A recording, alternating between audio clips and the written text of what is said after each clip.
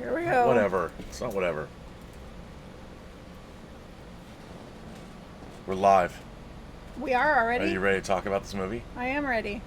Yeah? Are you? I'm always ready. I was born ready. Born ready. Yeah. I'm ready to talk about this movie. Artificial Intelligence. Cool. Yeah. Pretty exciting. You know, Stanley Kubrick, my favorite director, developed this movie for decades. I know. I read that. Yeah. It's too bad he never got to make it. Well, greetings, imagination connoisseurs. Once again, it is I, your Duke of Dope Discourse, your master of fun and wonder, your viceroy of verisimilitude, and your sommelier of cinema, Robert Meyer Burnett, and I am here with my lovely compatriot. And who might you be?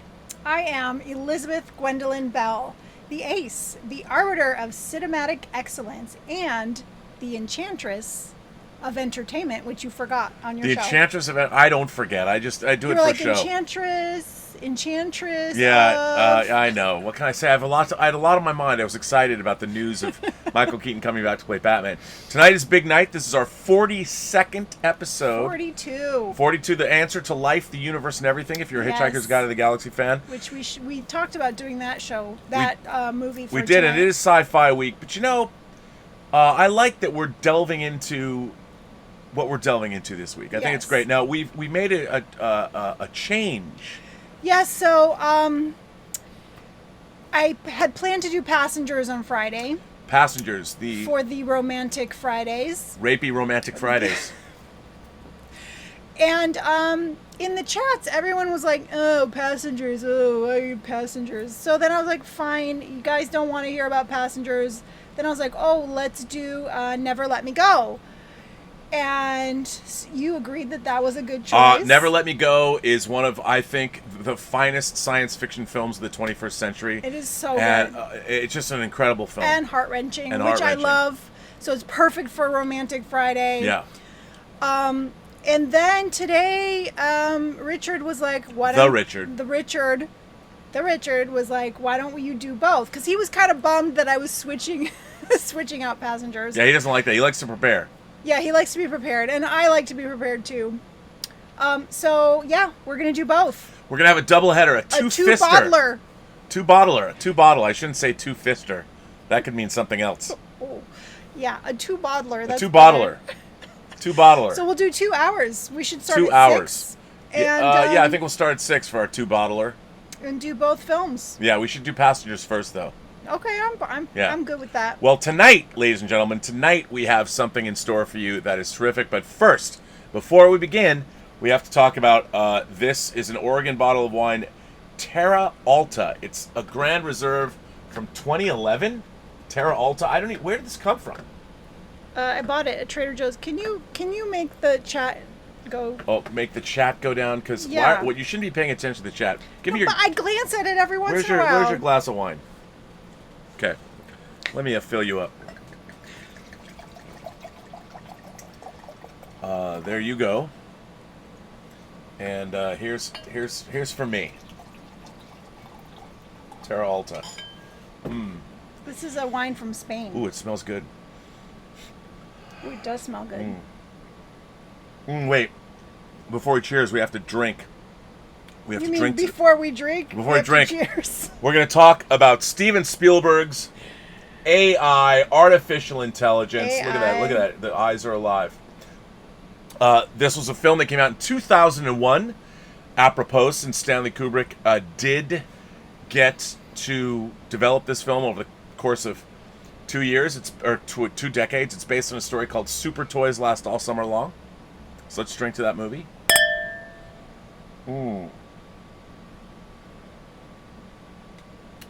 Quite good. I like that a lot. Ooh. Very nice. That is lovely. There's a lot of I would call this a pretty divisive film. There's people that love it, people don't like it. It's true. There's a lot of people who think that the end of this movie is something that Spielberg came up with, which is not true. It was in the original Kubrick conception of the film. And Steven Spielberg has sole screenplay credit on this movie. Wow. He wrote the script just like he had sole screenplay credit on Close Encounters, but we all know he had other people contribute, so he was working off a lot of work that had been done by multiple screenwriters and things when this movie was made. But Stanley Kubrick suggested Stanley Kubrick suggested Spielberg direct this movie as far back as 1985. Wow. And he had been doing it since the 70s. And it wasn't until after Kubrick passed that this movie came out in 2001. That's pretty amazing. So, what did you think of... Well, first of all, what is AI about, Elizabeth? Sorry, I'm distracted. Somebody said wave to Elizabeth. Come on, man. Well, you can't be reading the live chat. We're supposed to be... I mean, we're supposed to be doing an erudite film Look, show. I can multitask. Thank you very much. Apparently you can't. Yes, I can. You're reading the chat. I'm trying to ask you. I thought it was cute that they're waving. They're waving. That's cute. Hi. Oh, come on, man. Now, this is supposed to be serious. It's a sci-fi week. We're supposed to like put on our thinking caps. Yes. Yeah, this is a film that you really need to think deeply about. Yes, so what is this about besides being an Oedipal movie about a boy that loves his mom and wants to, something. She's even reading Freud on the toilet. She is? Yeah. Oh, that's weird. There's some it is. This whole movie really is about... There are some creepy parts. Absolutely. David just wants to get with his mom. Well, I don't know about get with, but... He just wants her love. Yeah, and actually, when the boys are teasing him at the pool, they want to see his penis. They're They like, do. Well, what's in there? I'm saving it for Mom. Why don't we start talking about what this movie's about? What is this movie about, Elizabeth? Okay, so this movie is about artificial intelligence. No way. Yeah. Did you know AI stands for artificial intelligence? Well, in case I didn't know, the title of this movie is officially AI, Artificial Intelligence. Oh, so if I didn't know what AI meant, I just have to look at, I don't know, perhaps the Blu-ray cover that explains it. But so seriously, let's it come starts on. off... This movie deserves our best. It does. We're giving our best. We can joke a little before we start. Lighten up. Drink some wine, babe. We didn't pre-game, so I think that's the problem. It didn't take the edge off. Oh, is that what it is? Yeah. Okay. We're going to take the edge off because you're snappy. Anyway, so... I just want you to take this seriously. It's Stanley Kubrick. We haven't done a Kubrick film yet. Well, It's the closest thing we've come. closest thing. Okay. We're going to do Eyes Wide Shut one Friday night. Well, I chose this film. You did. I chose this film. So... What's it about? Okay, so it starts off in, I think it's a classroom or No, think tank it's or cyber. It's cyber. I think it's called company. Cybertron or something. Yeah. Okay. Professor Hobby, William Hertz, Cybernetics Company. Yes. So he. But we should point out that this takes place in a pretty distant future. Yes. Where most of the Earth is underwater. Climate change, the polar ice caps have melted. Yeah. And they say at the beginning that the world is the poorer nations in the world were kind of screwed, but the more affluent nations were able to ride out the crisis. And we hear Ben Kingsley, who we don't realize... I was wondering who was narrating. That's Ben Kingsley. Gandhi himself is narrating. Wow. And we don't know who he is until the very end of the movie. So He's in the end of the movie? Yes, he is. I don't remember seeing him. Well, he's not a human being. Oh, so his Ben voice. Ben Kingsley is narrating the story, Right. and so see, I wish I'd known that from the beginning. Well, Gandhi's Anyway. narrating the story, and what's interesting is they're on this quest. What they want to do is they show you mecha. There's mecha and orga now, or organisms. There's organic, and there is mecha, mechanical. Right, and so they're discussing these mechanical beings, and he's demonstrating with one of the mecha how it works and everything, and then he launches into how they don't really have feelings. They only do what they're programmed to do. Right. They don't have any intuition. They can't think on their own. They're not truly artificial intelligences. They're just machines. Programmed. They're just programmed. And what he wants to do is create. He wants to create a child that can learn to love. A true artificial intelligence. Right. But specifically a child. He wants to create a child. In the image of his own son. Right. That Creepy. he lost. Well, We want to clone Gilbert. that's true. But would we make an AI of Gilbert? That'd be even better. Well, then because he would stay the same. We could just lock him into an age. So, Yeah. but it's interesting. So there's this like prologue, and then they decide to do it, and then they have people that work for the company, and they look for candidates that they could do. and they find a couple. Yeah, so they show this couple that they have a son who is very ill. And you don't really know what kind of... No, he's like in this pod and he's kind of He's frozen. He's in a cryogenic pod. Yes. And he's been there for 5 years. For 5 years, and they come and see him all the time and read to him and all that stuff. And the mother has a very hard time because he hasn't died, so she can't mourn him. So she's kind of stuck in this world of not having her son, and you know. There is hope that maybe someday they will come up with some kind of a cure. But the father, who's a good man, these are good people. They're good people. And he wants to help his wife. A doctor's like, look, you got to snap her out of it. It's been 5 years. How long are you going to... Because it's a living death. It's what it is. It's a living death. Yeah. Yeah, so they choose them as the candidates to receive this mecha boy. And one day the husband comes home and he brings the child home. Now, I have to say, I kind of objected to one thing about this. The father brings this thing home without checking with his wife. Yeah, that's insane. Like, this was a big deal, and it always struck me kind of like... But, you know, it seemed pretty real. A lot of guys are kind of clueless, and I feel like some men would have done that. Yeah, because thinking like, oh, I'm going to make my wife feel better. Right, and he, you know that she would have said no. If he explained it, she would have said no. But, and then Sixth Sense Haley Joel Osment comes walking out. Amazing child actor. I mean, one of the best ever, I think. Mm-hmm. Like, he was an amazing child actor.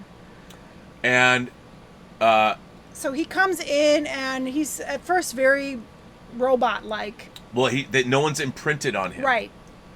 And you have to he's very creepy. He's very creepy at the beginning. And she kind of freaks out. Like, what have you done? Why are you doing this? And her reaction is I felt very real. It was very real. It's like, I don't know what to do now. It's like, do I do this or do I not do this? I want this, but I don't want this. Well, at first she really fights against it. Yeah. And he's very clumsy and weird, and like you can put him in the closet and he doesn't know if this is a game. Right. It's really, I have to say, it's really well done. I mean, so well done. Obviously, this script and the story was developed for a long time. Yeah. But what they do in a very short period of time is really you're uncomfortable.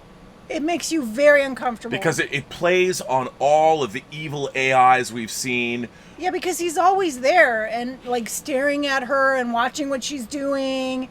And because he's so lifelike, when you see a kid stare like that, it's inherently creepy. And he's got a little smirk on his face. It's beautifully done. So well done. So well done. So then what happens? Okay, so after a few days, he starts wearing her down. Like, she starts kind of accepting that this boy is around. But in the meantime, the husband explains, like, if you don't want this, we'll take him back. But if you do, and you really need to decide if you really want this, then you have to say these words, and the child will imprint on you, and he will start to love you. Because it is an experiment. It's an experiment. This whole thing is Professor Hobby's experiment to see if these people have created a real AI. Yeah. And he also explains to her that once he imprints on you, he will never be able to imprint on anybody else. He'll love you forever. He'll love you forever. So if you don't want this, then we should just take him back. The ultimate Oedipal thing. A son will love his mother forever, no matter what. Boom, chicka, boom, boom. No, just gross. Kidding. Don't even go there. Well, it is a machine. Oh, come on, man. That's what Gigolo Joe is for. Oh, wait, we haven't got there yet. Don't jump ahead. Well, you're being gross. Okay, so where was I? Well, is she going to Yes. imprint on him? Okay, so he starts to charm her, and even though he's weird and creepy, like she wants a child. She misses her child. And so she reads to him when she puts him to bed and stuff, and so she kind of she misses that interaction with her son. Now let me ask you. I mean, as a mother yourself, hypothetically, if your child was in a cryogenic chamber for 5 years, do you think it's possible that you as a mother could develop feelings for a robot boy? I definitely could. So did you buy into the premise? Totally. And I bought into her struggle and everything. This is so well thought out, and I feel like it's exactly how somebody would react. Right. Well, that's good to know. As a mother, I felt like when I first saw this movie, it really got to me. So what happens now? Okay, so she decides to do it. So she takes out the paper and she imprints him, and She says the words. before he was calling her Monica, and then once she does it, she's not even sure it worked, and then he's like, what were those words, Mommy?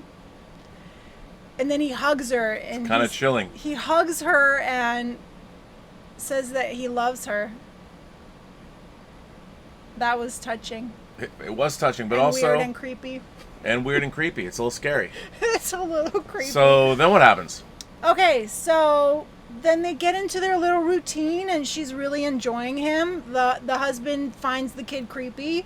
Yeah, it's really interesting that the husband, once there, like, she has really gone all in on this. Yeah, now she's in. Like, and the husband can't quite.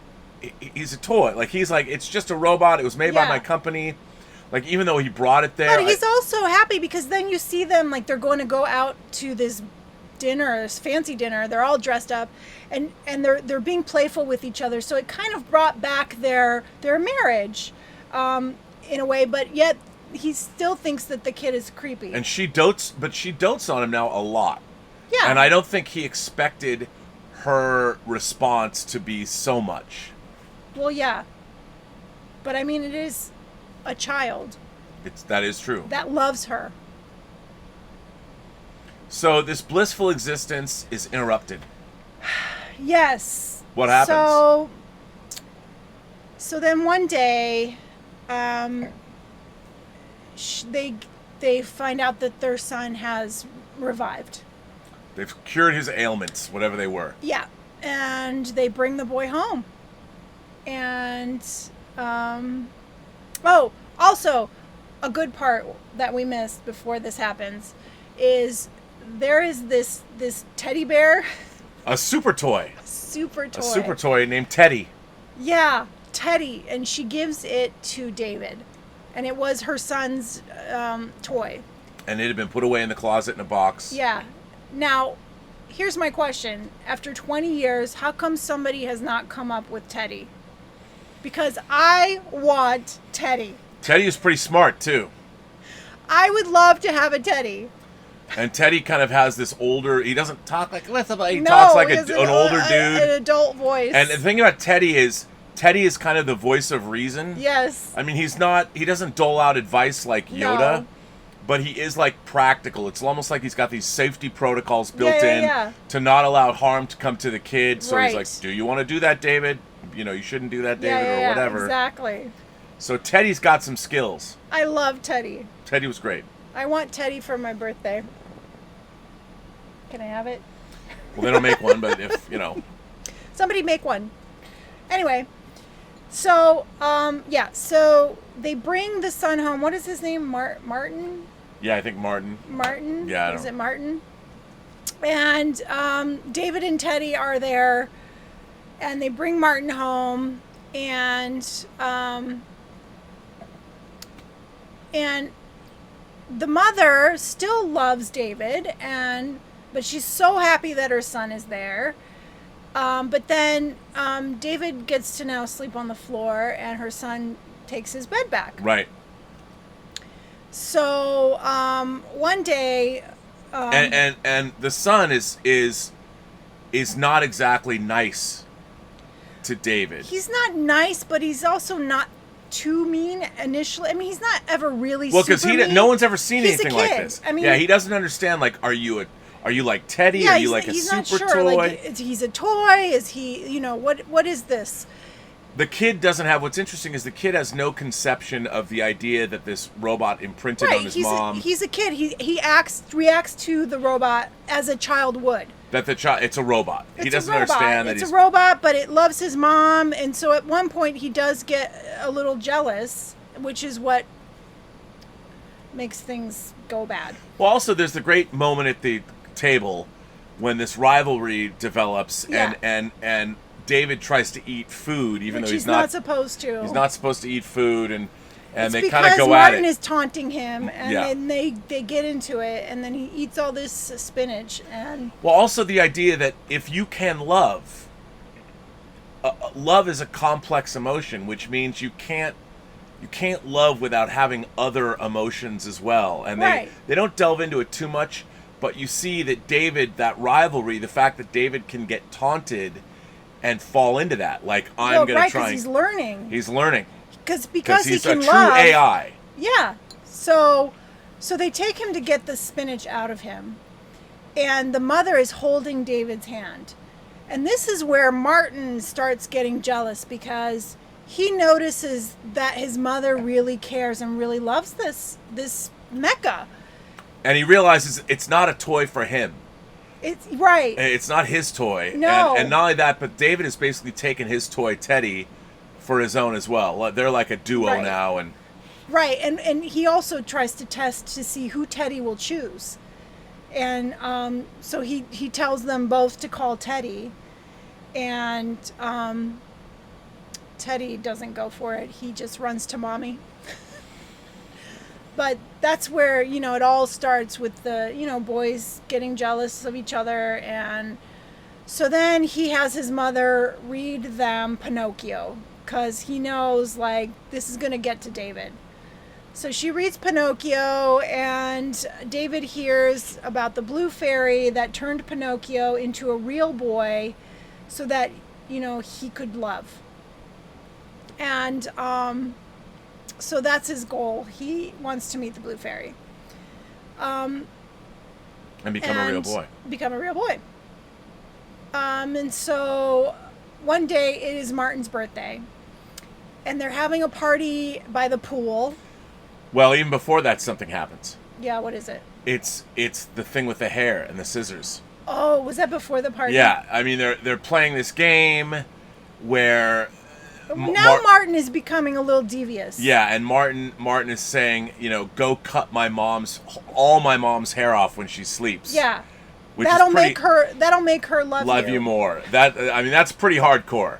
And my sympathy for Martin sort of ends there. Because he's willing to do something at David's expense that will also hurt his mother. True. It's gotten to the point where their rivalry as kids. But what he's trying to do is to get his mother to not love David. Of course. So he tells him to go, and of course David's like, no, I can't do that. I can't do that. But then he pushes because he him. can't harm anyone. It's like the Asimov's 3 laws of robotics that he laid out in his books. Yeah. Can't harm somebody, but. And so David goes to cut the hair. He does. He goes to cut the hair, and they wake up. She turns, and the scissors is like right in her eye. Of course, the dad freaks out. And the next day, she's like, "Well, he was egged on. He wasn't trying to hurt me." And the dad is like, "That was creepy, crazy." And he does clip off a little bit of her hair. Tiny piece of hair, and Teddy takes it and puts it inside of himself. His little pocket that he's always sewing shut. Yes. The Teddy tear. is so freaking Teddy's cute. little tear. He puts it in his pocket. I love Teddy so much. So. Then there's the birthday party. The birthday party by the pool. Bunch of boys come over, and David brings a gift to Martin, who's standing right by the pool, and he gives him the gift. David's being very sweet because that's what he is. He's a very sweet. And the boys have already like made fun of him. They want to look down his pants, and well, that other after guests. that he gives him the gift, then that they start teasing him. Oh, this is you're Mecca. You're not real. Can we see down your what's down there? Are you like? Do you have? Do you pee? Oh yeah, do you pee? No, I don't pee. Well, what's in your pants? And then he kind of freaks out, or they say, do you feel pain? And they start like, I don't know what they did, pinch him or something, and he freaks out and he tries to hide behind Martin. Please don't let them hurt me. Please don't let them hurt me. And he grabs onto He's holding Martin. on to Martin so tightly, and they fall into the pool. And of course, like, David is fine in the water, but Martin is not. And still won't let go of Martin. He won't let go, and it takes two grown men to get David to let go. And they get Martin out, and they revive him, luckily. And from that point on, it's like, oh, we can't keep David. We can't keep David. Can't keep David. It's too But dangerous. then the mother loves David and doesn't She want does. David. So what does the mother do? But, I mean, could you imagine being in her shoes? Like, your son almost died. You just got him back. Your son almost died. And not maliciously. It's not like David was trying to hurt Martin. But still, what do you do? Well, I mean, look, it was a bad situation. It was. But it was a situation, I mean, the one, I would like to have seen more of a discussion about this, like maybe a family discussion where we could have delved into the dangers more of maybe have a debate or something, but I get it. I mean, once you see... Well, come on, this movie's already 2.5 hours long. I know. What I'm asking for, it's obvious why they're doing it. Obvious. It's obvious why they're doing it. You don't need an explanation, but still. You don't need an I explanation. just would love to have seen that scene. But she's still torn, because she loves David. So she tells David that they're gonna go. They're gonna have a day together. Yeah, they're gonna go on a drive tomorrow. Just her and him. And he's like, and Teddy? And she says, yes, and Teddy. And so the next day they're in the car and they're driving. I don't know why she didn't take him all the way to, what is it, cyber... No, because they'll destroy him. Right. They have to destroy him. So she thought it was better. She drives past that. She drives past that, and yeah, she's gonna like abandon him in the hope that, I don't know, he can have a life. She didn't want him to die. She didn't want him to be destroyed.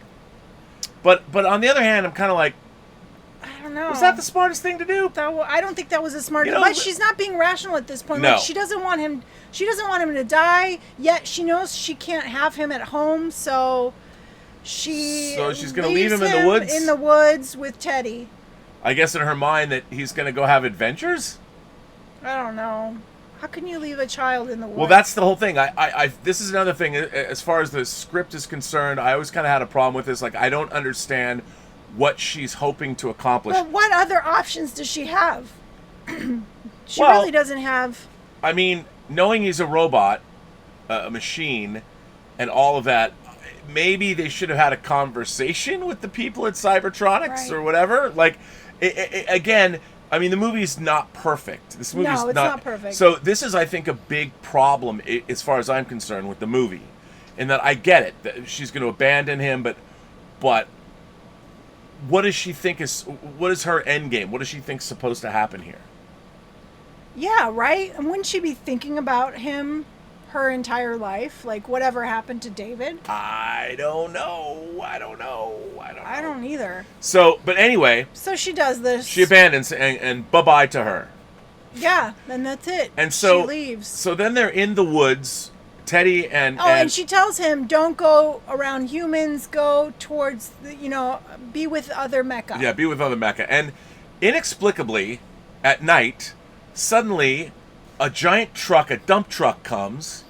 Yeah. And just inexplicably, where they happen to be, just dumps a bunch of robot parts, mecha parts, all into the woods. And then from out of the woods, just because I guess they hang out there? I guess they're waiting for the parts to be dumped. Yeah, and all these damaged mecha come out. And what's really interesting here is, I find a lot of interesting things are happening in this scene because they have shown you no indication of how mecha work in this society. Right. They've only shown you David and shown you human beings and shown you. So this is a huge world building moment that's also quite bizarre. It is bizarre. It is very bizarre. It kind of, this is where the movie changes. I think it changes 3 times. Yeah, but this is a big deal, and I don't think it entirely works. One, leaving him in the woods. Then the dump truck just comes into the woods, like at the same place. Why there? I don't know. It just, and then all of a sudden, when it dumps stuff, then all of these mecha that look like they're from various eras. Like some are far more sophisticated than others. Yeah. I mean, you look like there's 100 years of mecha coming out of the woods. Like, it was just strange. It was strange. And surreal. It was strange because in the end they all get caught. So how did they survive for hundreds of years? Well, I mean, like, it looks to me like this was a trap. Like they've come out specifically. But what I'm saying is, if the older mechas have been there for so long, and they know that like these parts are going to be dumped, they've survived for a long time. So how come at this moment when David's around, they all get caught? Well, what's weird, yeah, and what's strange too is this like Mecha Park? Did the woman? Did Frances O'Connor, the mother, take him specifically to this place because it's a place where mecha are? Well, maybe she knew that. Well, that's the thing. It's no indication in the movie, but I think it maybe there's something missing. But that's the implication that I get, is that she's taken him to a place that and maybe that's why she says that. Only hang out with the mecha. Right. So maybe she knew, like, this is an area of the woods where the mecha are. It's a big plot problem, though, for me. I mean, it still works. You still watch it, and then I mean, that's making more sense when you think about it that way. Yeah, but that's a big deal because when you're watching, you're like, wait a minute. See, this is the problem where, in my mind, as an astute viewer, all of these questions now come up for me, where I feel that the movie let me down as far as in terms of plot and story. The middle part gets very weird. Yeah, and then of course, when all the mecha are putting their things together, then suddenly you see a giant moon. Yeah, a giant moon. That's actually a giant balloon. Yeah, it's almost like James and the Giant Peach. And then there's a bunch of this. It's called the Flesh Fair. Yeah, the Flesh Fair is weird. And then the Flesh Fair is again more huge world building. Yeah, the Flesh Fair. I didn't like the Flesh Fair because it really didn't feel like a futuristic. Well, yeah, now you're in like thing that it's like you're back into the the gladiator days. Right, you're in a Beyond Thunderdome era, and the idea is that at this Flesh Fair, human beings go, and they buy a ticket to buy mecha being destroyed. Yeah, that doesn't seem like something that would happen in the future. Well, that's the thing. I wonder, okay, how did this, we've seen no indication. Why would humans take pleasure in that? Well, because mechas there's too many of them, as we find out later. But still. Look, I don't know, but and so David and Teddy, after this big chase, these repaired like mecha are being rounded up. They're being hunted and rounded up to be captured and put into the Flesh Fair. And it's almost like, do they go to the Flesh Fair and get tortured, then make their way to the next dumping ground? And is it an ongoing thing? It's really weird. No, they're destroyed. Every single one we saw get tortured gets destroyed. Right, but the Flesh Fair is not too far away from where they dump the parts. I know, that's what I'm saying. Like, it didn't make sense that they all got caught. Yeah, and they were all taken to the Flesh Fair. Yeah, no, it's a little weird, but so... Yeah, this middle part bugs me. I don't like the Flesh Fair. I don't think that people in the future would take pleasure in watching that. I mean, we don't even like when animals are hurt. Like, but I think the problem is they don't set up the society and where mecha is in the society. And I know this is showing us, but we've had no indication, like, they don't even have, like, a robot housekeeper like in the Jetsons. That's true. So they don't. You have no sense that there is any other mecha. Now they're telling you that this human society, not only do they have mecha, they hate mecha. You know, they hate... Yeah. And so... And you don't get the sense before that they hated them. No, and because we've seen a family that doesn't have mecha. You'd think that a wealthy, well-to-do family, especially somebody that works for a company that makes mecha, would have they'd like have a housekeeper, all kinds of mecha. And when you see it, there's all different iterations of stuff. There's clockwork mecha that looks like it's from the steampunk era, right? But then there's the head that's in the thing, and the hologram head. I mean, it looks like you've got 100 years of mecha, right? And so anyway, after all of this. Then, and all this is going on, and David, they escape, and there's the whole flesh fair scene. It cuts to, leaving them behind, it cuts to Rouge City. Well, no, not yet. Like, they have to escape. And this is actually an important part of the film. When, the little girl finds Teddy and she tells her dad that there's a boy in the cage. And the dad is like, no, there can't be a boy in the cage. And she's like, yes, there's a boy in the cage. So he goes to see, and he takes his little x-ray machine. And sure enough, this boy is a mecha, and he can't believe it. Like, who would make a mecha child? Why would they do that? It looks so real. And so he tries to get the boy out. But the guy who gathered up all the mecha for the flesh fair, I guess he's the owner of the flesh fair, is like, oh no, we got to destroy him. So he takes David, who's holding on to Gigolo Joe. No. They haven't met yet. Yes, they meet in the cage. No. Yeah, he's holding his hand. No. And he won't let go. No. Gigolo Joe has to escape Rouge City first. Remember? Right, okay. Okay. I'm thinking of Rouge City when they went the second time. Yeah. No. See, now. But see, he is in the cage of the flesh fair with Gigolo Joe. Yes, but that's later. Well, we were talking about the flesh fair. I understand, but we Right. But okay. Right. We've missed this. There's a scene. Yes. Yes. So this is before the moon capturing contraption. Yes. So I was trying to go back. Right. So we go. Dieter Bastian's gonna love this. He loves when we screw up the timelines of movies. We always do. So we cut to Rouge City. Right. Which is now telling us a whole thing about how, even before the flesh fair, about how we see the outside world. Yes. And Rouge City is like Vegas, where people come. It's like the Universal City Walk. Yeah. Looks like it was patterned after Rouge City. and we find out that we meet Jude Law as Gigolo Joe. Yes. Who is a very attractive robot, very well dressed. Very attractive. He is a sex robot that services women. Yes. And he's very good at it. There's a great scene where he meets this woman. She's like, I've never been with mecha before. And she's like, I'm afraid. What's in there? Can I see it first? Yeah, and then it sets up the. This is where it sets up the world. But you still don't get an idea of what mecha mean, and you just you see that he's a sex robot, and it's a very cool thing, and you see what an urban environment looks like. Yeah. But I still got an idea that this is an amusement park of some kind.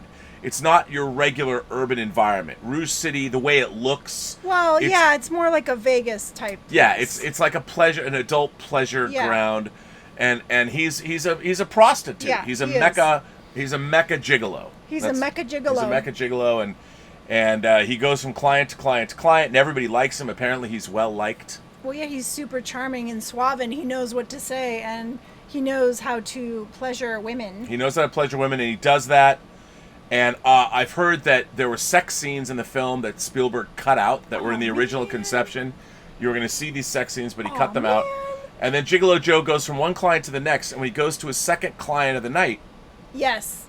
Yeah, so he goes to see her, and he puts his arm around her, and he's like, oh, I feel tears. Are you okay? And he brings up his hand, and it's not tears, it's blood. It's blood. And then you find out that Veronica... And then he steps away, and he's like, I think I'm in trouble. And Veronica Mars' dad is there. Oh, right. Veronica Mars, who, Mars Investigations, well, apparently... Yeah, she Mr. should have Mars, investigated that Yeah, murder. Mr. Mars does not like his wife boning mecha. No. And has murdered his wife in jealousy. Yes, he has murdered her, and he plans to pin it on Gigolo Joe. So Gigolo Joe, he takes his identification. Yeah, he knows he's in trouble. He knows he's in bad trouble. He's in bad trouble. He's in bad trouble. Poor Gigolo Joe. I mean, come on. All he does is pleasure women. All he does is pleasure women. It's true. And then... The beautiful Jude Law. The beautiful Jude Law. And then he's the one that goes into the woods. Right. He's in he the escapes woods. in the woods, and he's in there when everyone's hunted down. When the moon trap comes, and yeah. Okay, so he gets scooped up with all the mecha. Yeah. So he's with them all. He's with them all. And when they're in the cage, David grabs his hand. Please don't let them hurt me. So he's got a hold of Gigolo Joe's hand. Yes. And so when they come to the father of the little girl comes to try to get David out, the owner of the flesh fair was like, no, we have to destroy him. And he grabs David, and David is still holding on to Gigolo Joe. And they put him in this contraption, and they're about to melt them with acid. And the audience is just like, what the hell? That's a child. And then David is like, please don't let them hurt me, because a little piece of acid burns him, and he's like, please don't let them hurt me. And they're like, that is not, and the fair guy is like, he's a mecha, we need to destroy him, you know, they're bad. And the audience is like, no, he's begging for his life, that is not a mecha, that's a child. So this whole riot ensues, and the father of the little girl who has Teddy frees him, and he's always holding on to Gigolo Joe. So they're inseparable at this point. So Gigolo Joe, Teddy, and David escape the flesh fair. They escape. And they hitchhike. They get a ride with Entourage. Oh, Adrian yes. Grenier. Grenier? A car full of teenagers. They get a ride. Well, Entourage. It's the guy from, you know. Right. It's our man. So they get a ride with Entourage. And he convinces them, like, let's go to Rouge City where you can, you know, get your... And David has told Gigolo Joe about meeting the Blue Fairy and what he wants to do and how he wants to go be a real boy and all this stuff after they escape the flesh fair. And Gigolo Joe says, well, you have to go see Dr. No. Right. You got to go see Robin Williams. Robin Williams. You got to go see Dr. No. Yeah, he'll give you the answers. Yeah. And how to find the Blue Fairy. And so they go into Dr. No, They do. and they ask these questions, and through some logic, they put stuff together. Yes. And there's a very special message from the Blue Fairy that they uncover. Right. That tells them to go see the weeping lions at the end of the world. Yes. And he's like, where's the end of the world? And Gigolo Joe's like, Manhattan. Where there are no Mecca in Manhattan. And so as they leave, they have to figure out how to get to Manhattan. The cops show up because they found Gigolo Joe. Right. And there's all kinds of mayhem. They're going to arrest him, and all kinds of stuff happens. And David gets into David and Teddy rip off an amphibicopter. Yes.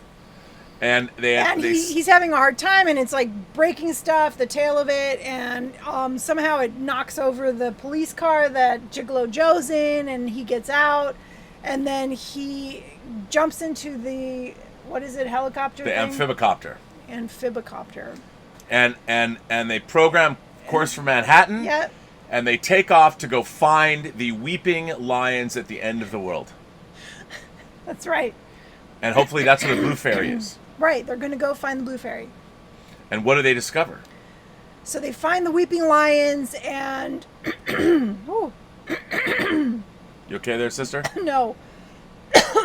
So they go into the building, and... Well, David goes in the building, and it turns out it's Cybertron's headquarters. It's so does Gigolo Joe. They fly in, and then they Oh, yeah, but then it's David who goes to the door. Gigolo Joe kind of leaves him there.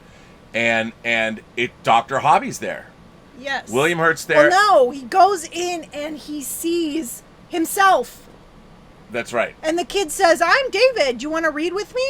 And David gets so angry. I'm David. I'm unique. I'm special. Well, he's having a revelation. I mean, it's he's finding... it blows his mind. Like, how is there another David? I was told that I was special and unique, and I was one of a kind, and he basically has a fit and lops his head off. But then Professor Hobby comes out, and they talk, and Professor Hobby says, it's amazing. You showed cognitive reasoning skills. Everything that we were hoping for, you've exceeded those things. You even were able to follow the incredibly obscure clues we let down for you. You figured it out. You came here. Let me go get the rest of my team. Which was his mistake. He should have taken David with him. Yeah, and David, of course, is having a mental breakdown. David cannot even fathom all of this. He walks into the room where there's tons of these mecha children in boxes. Girls and boys. Boys, and his brain is like... He realizes that his whole life is a lie. He's been lied to, and all he has that's real is the love of his mother. Right. All he wants is his mommy. And then, but he commits suicide. Well, he jumps into the ocean to commit suicide. I mean... But he can't die underwater. Well, but he doesn't know that. He's just like... in a pool. Well, yeah, but he's right. He wants to get to the bottom of the pool, whatever it is. It's not like he's going, I wonder what's down there.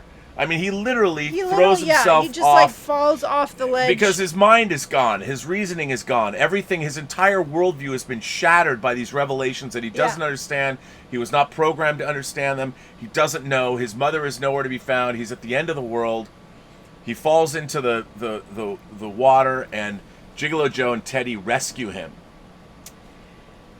That's right. He's at the bottom of the ocean, and the fish are like swimming him around. And... Now, let me ask you, there's a scene where this very heavy robot is now lifted up by these fish that are swirling around and carrying him. Did you think the fish were real, or are they artificial?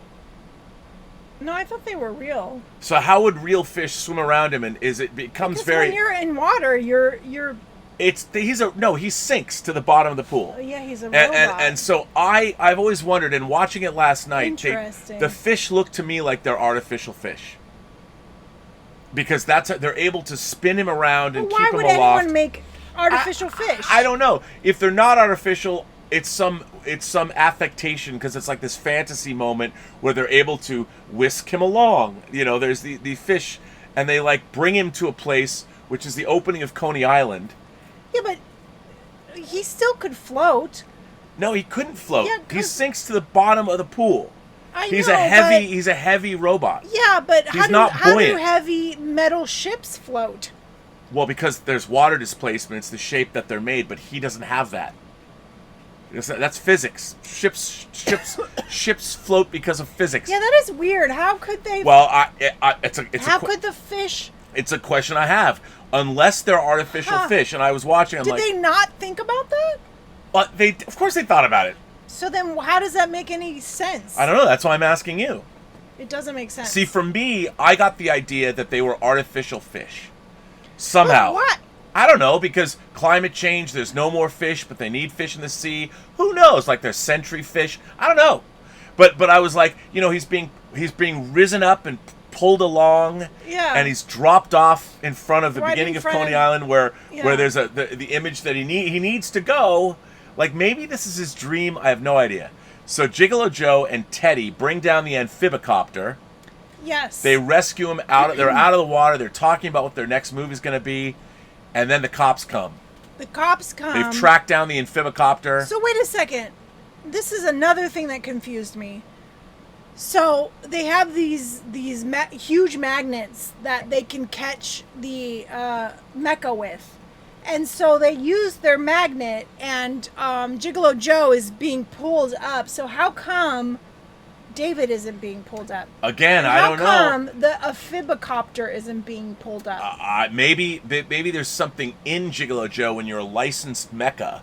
But he took that out. Well, he only took out his registration plaque. But if you're a robot that's built for pleasure, there's probably all kinds of safeguards inside of you. So maybe the metal is only because David didn't do anything wrong.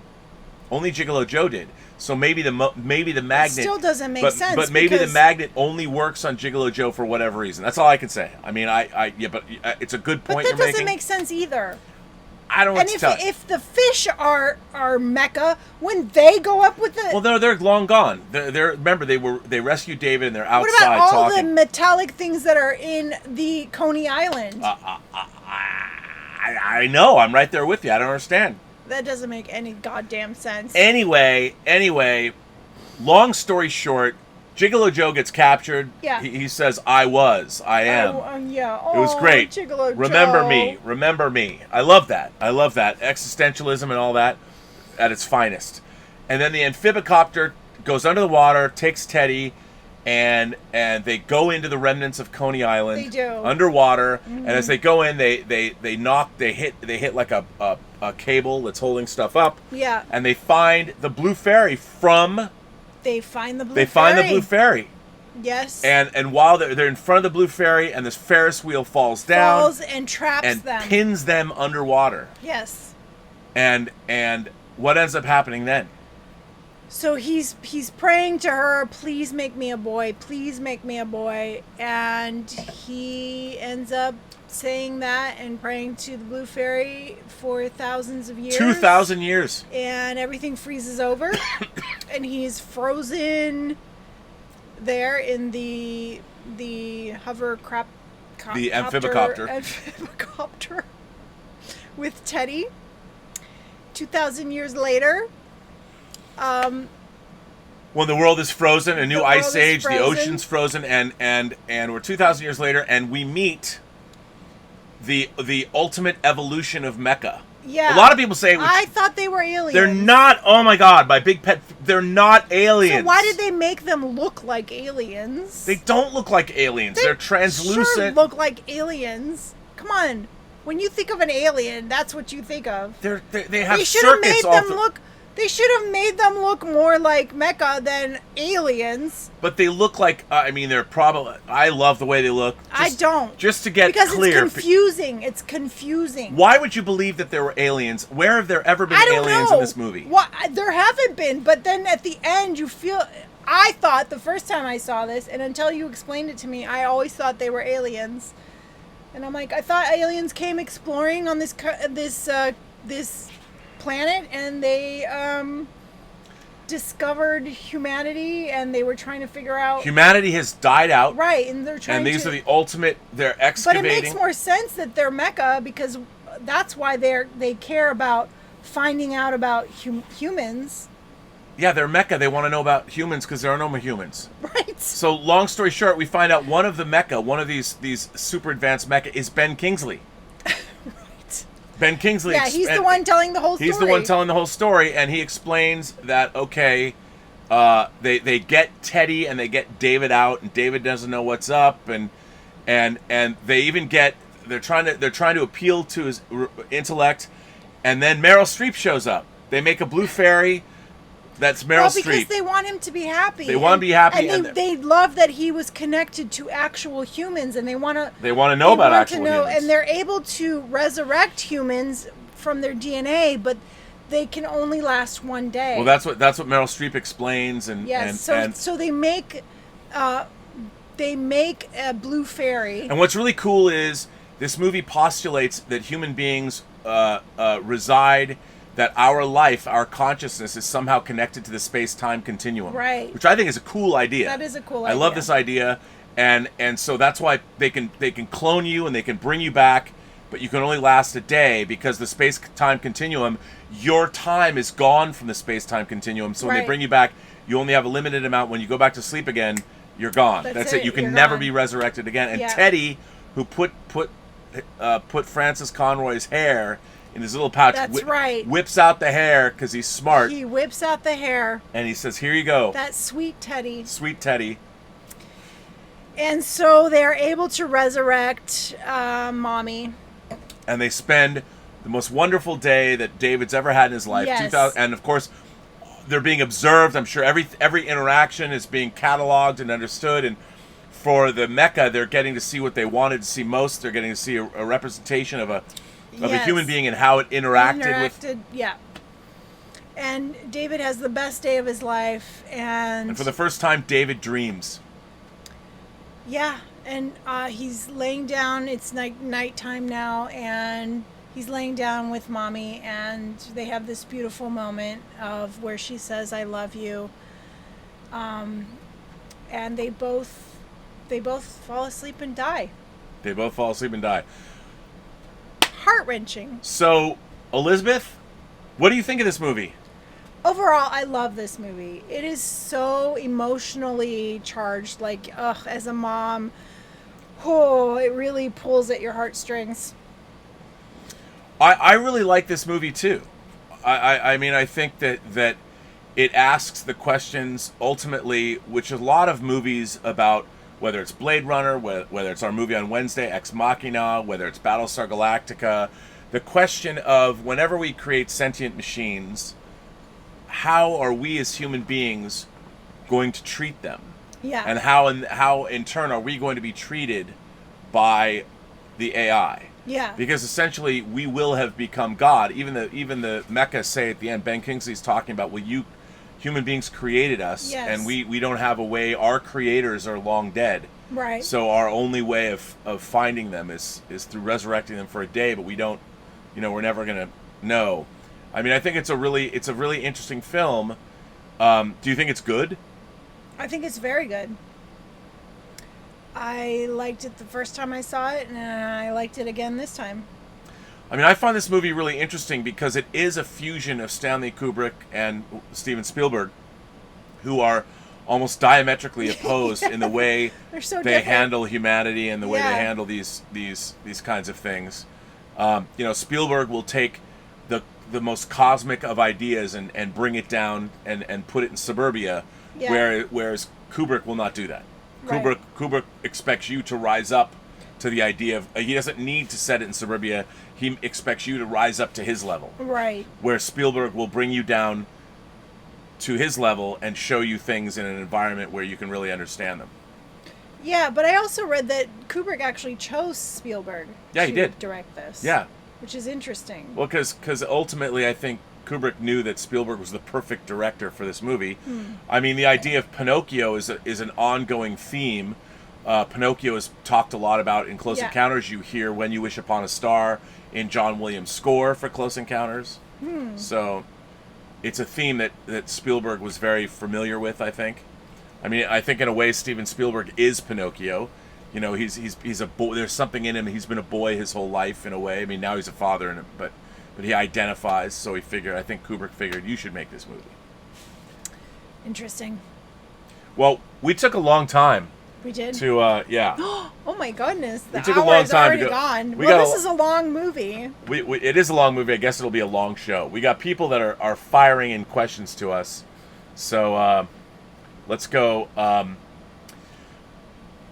Neon Sci-Fi sent in a tip earlier today and said, with Hollywood wanting to tap into the Chinese market, why didn't they adapt some of China's great martial arts shows and series like Heavenly Sword, Dragon Saber, the Condor Hero sagas, and the Flying Fox of Snowy Mountain into trilogies?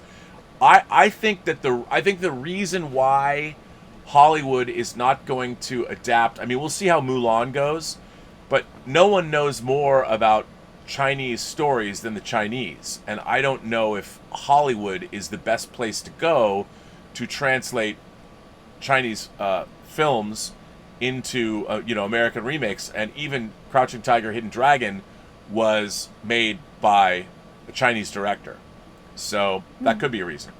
Julius Goodwin is here and sends in a super chat and says, just curious, with the focus of the movie being AI, are either of you familiar with the Turing test? Of course. It's a test to determine whether a machine has achieved sentience. It's really fascinating. Yes, Alan Turing, who created the computer that Benedict Cumberbatch played in a great movie called The Imitation Game, came up with that test. And basically, the Turing test is you would be talking to an entity you wouldn't know is an AI, and if that entity is indistinguishable from a human being, basically, in a nutshell, if you were talking to somebody, say, over the phone, and they convinced you that they were human, then that entity would have passed the Turing test. I love that idea. I think it's very interesting, and it shows up a lot in modern science fiction.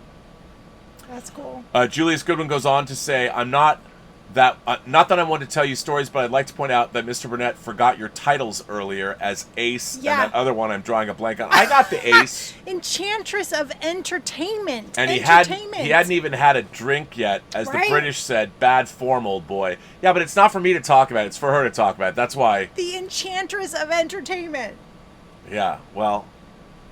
You said the Enchantress of Cinematic Excellence. Something I know. That's both. I mashed them together. It's my mashup. Julius goes on to say, a relevant and kind of scary fact, the Turing test has actually been passed before by one program called ELIZA in 1966 and another by Perry in 72. Oh. Researchers were only able to determine which one was a human answer only 48% of the time. Wow. Ooh. The percentage is consistent with what is scientifically known as making a wild-ass guess. A group of some of the smartest people in the world couldn't tell the human from the computer when it answered. Exciting yet frightening. Well, I mean, one of the things that we're going to see, we are going to see the singularity, I think, in our lifetimes. We are going to see true sentience and artificial intelligence, and how we deal with that's going to say a lot about us as a race of people. Hopefully it doesn't go the route of the Cylons. I hope. Well. Maybe not. Timbula, the Spider Monkey, says, I've never understood the hatred for this movie. Sure, Right, the ending me could either. probably be trimmed a bit, but I don't mind it. Also, who doesn't love Teddy? Oh my God, Teddy. I have to have a Teddy. What? Guillaume Guillaume. Chazet? I mean, it's his name. Guillaume Yes. Chazet. We gotta say, if you're supporting the channel, I don't want to do my bastardized French. Guillaume Chazet. And Guillaume Chazet is, again, a cool name. Very This cool. movie really is more of a fairy tale in a sci-fi setting. Oh, it absolutely Yes. is. Not a sci-fi movie. And viewed from a kid's perspective, it's basically Pinocchio with robots. Yes, it is.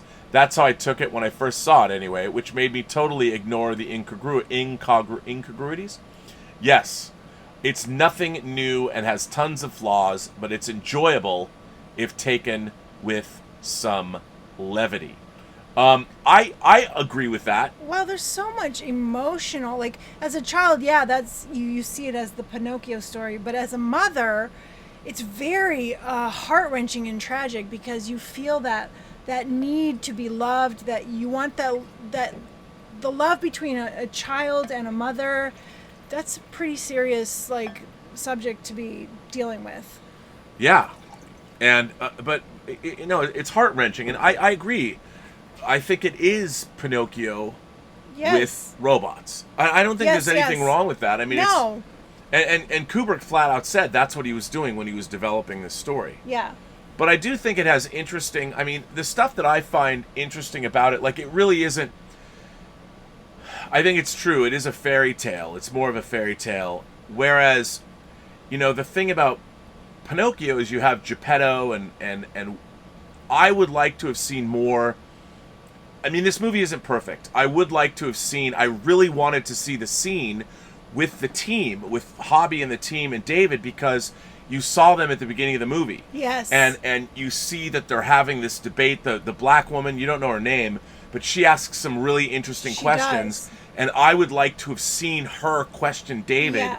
and answer the questions that she had Yeah, asked. I think less of the weird part in the middle and more of that at the end would have been a little better.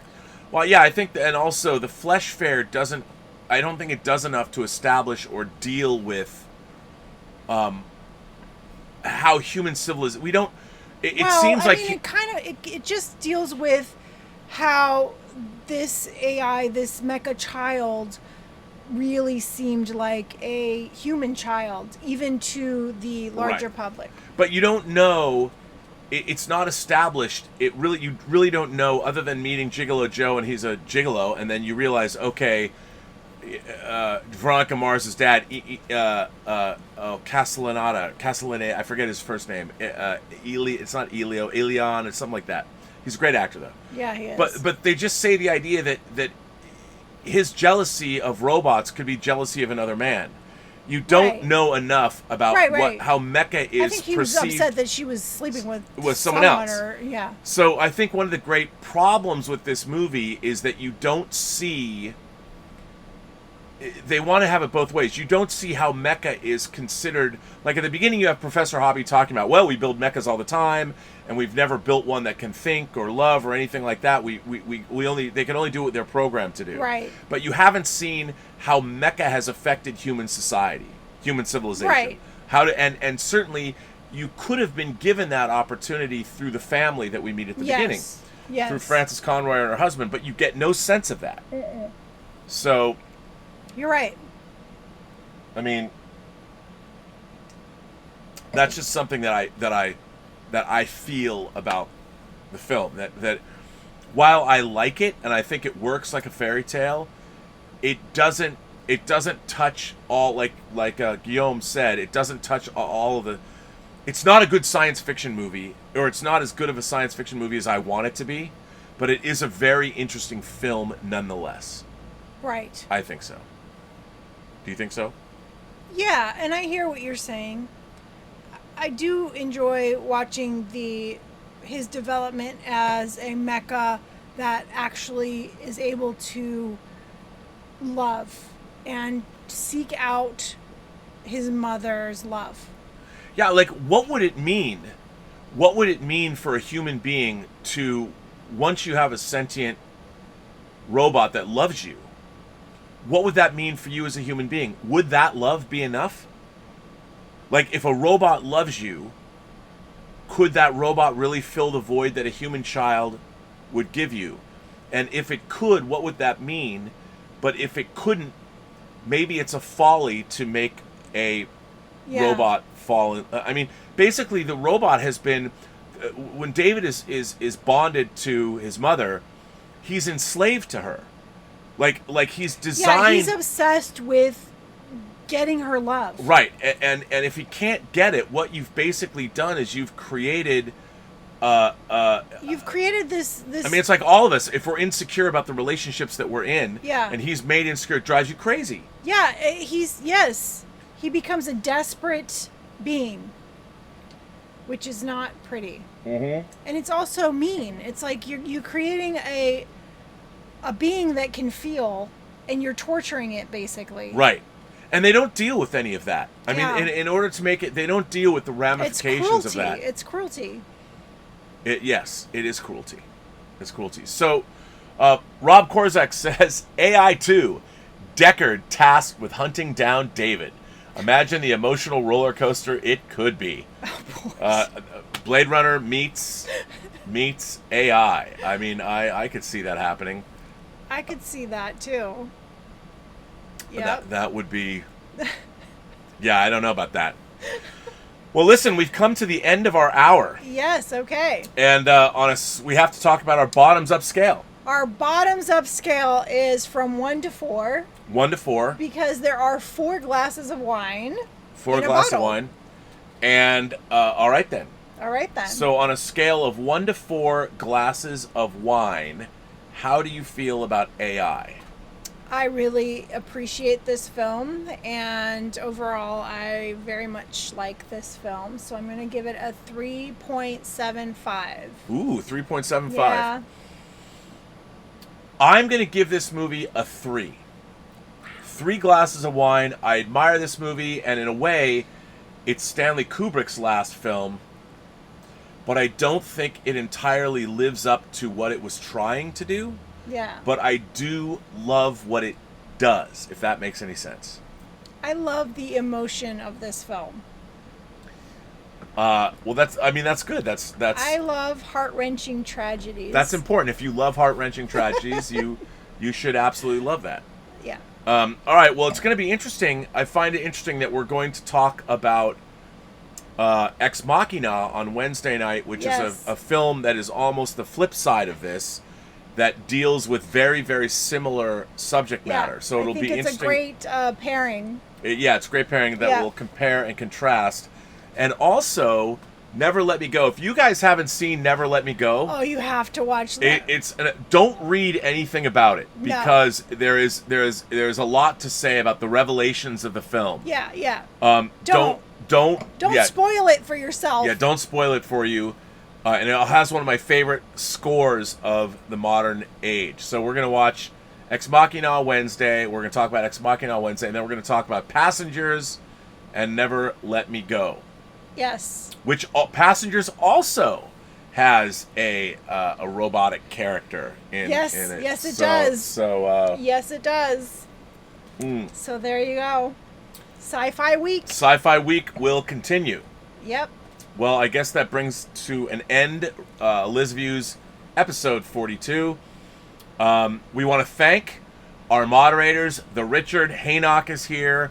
We want to thank Mike Bodden. We want to thank Jordy Lyons. I want to thank Greg Smith for being great moderators, and we encourage everybody to go to Facebook and join the Whining About Movies and the Post-Geek Singularity Facebook pages, where the Richard is always throwing parties. This whole leading up to this has been playing a lot of sci-fi watch parties, just nonstop.